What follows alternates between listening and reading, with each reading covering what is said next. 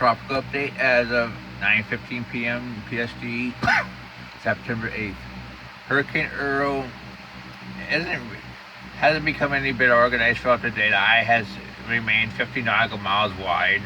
Lots of dry air. I mean, recon has found only 89 knots of flight level winds with SMRF of 75 knots. They went with 80 knots. It's moving north-northeast at 13 knots. Forward motion is expected to increase as those caught up in a westerly flow between mid-level ridge to the east and a digging mid-level to trough to the northwest. A mid-level trough moving off the eastern seaboard is forecast to capture the storm and expected to head northeastward and become extratropical. They're still forecasting 100 knots in the next 24 hours. Let's be honest. I mean, I doubt that. I think it could be. I think it could strengthen the 90 knots, in my opinion. But look at this. Look at this banding eye. This is like 50 nautical miles wide.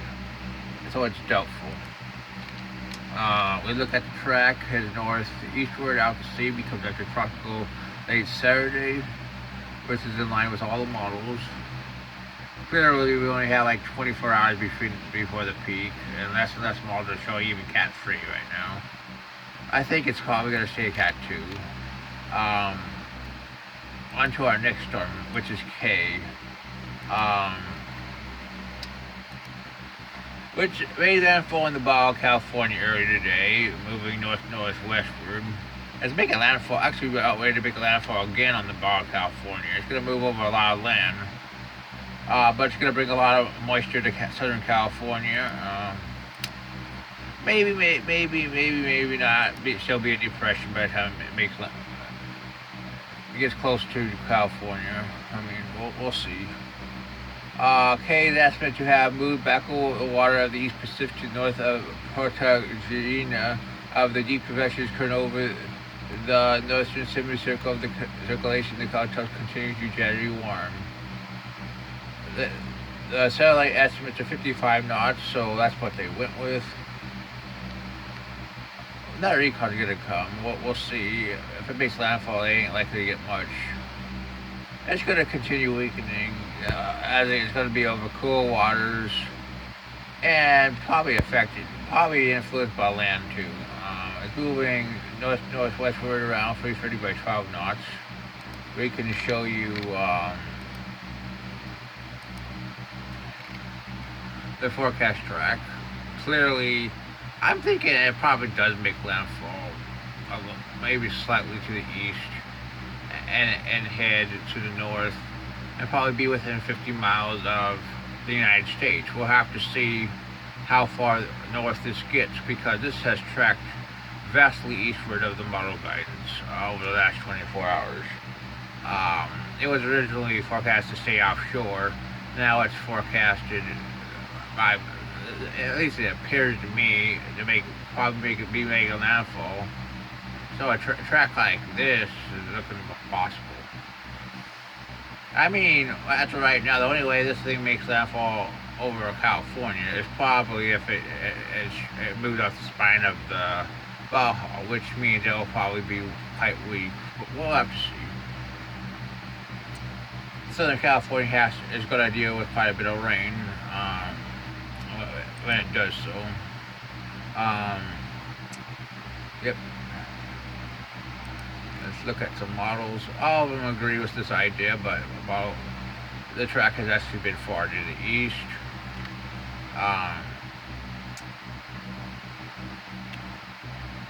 Intensity models definitely show weakening. We got one more system, which is 95,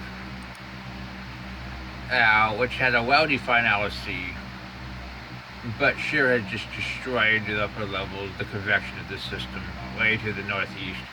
It probably could have been argued that it was a depression, maybe a tropical storm earlier today, but they ain't saying get upgrade based on this, and it ain't gonna become any better organized or face any better environment. So it isn't like the ANC is gonna do anything with it. Let's see. Model forecast shows west-northwest for the next 36 hours, then northwestward out to sea. Um, Global models have pretty much dropped it. The system, the system behind it looks interesting. Has a low level circulation south of the Cape Verdes. Convection. We'll have to watch for some development, but models have really dropped this too. I mean, barely develops at 24 hours. Barely a low at 48 hours. Nothing of 95. Um, Literally nothing at 72. Nothing at 96. Nothing at 120. A system in the Eastern Pacific that is worth watching in about 5 days. That moves inland pretty fast. Yeah, pretty boring. I mean, ECMWF at 90 hours shows a little bit of a low pressure. That's all. CMC, couple low pressures. CMC actually develops a respectable low off the Africa at 108 hours. And strengthened to 1,001, probably a tropical storm at 132, 1,000 at 156, but the GFS doesn't do this.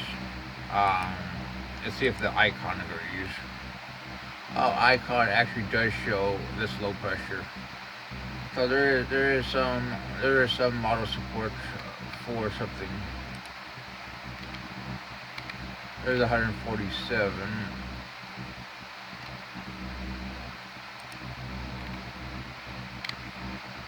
117. So yeah, Icon and CMC agree with each other and delve out of the system, but GFS does not show any development of the system currently. We'll have to watch and see what happens. Let's see what else we have. Well, that's what we have tonight. That's your tropical update.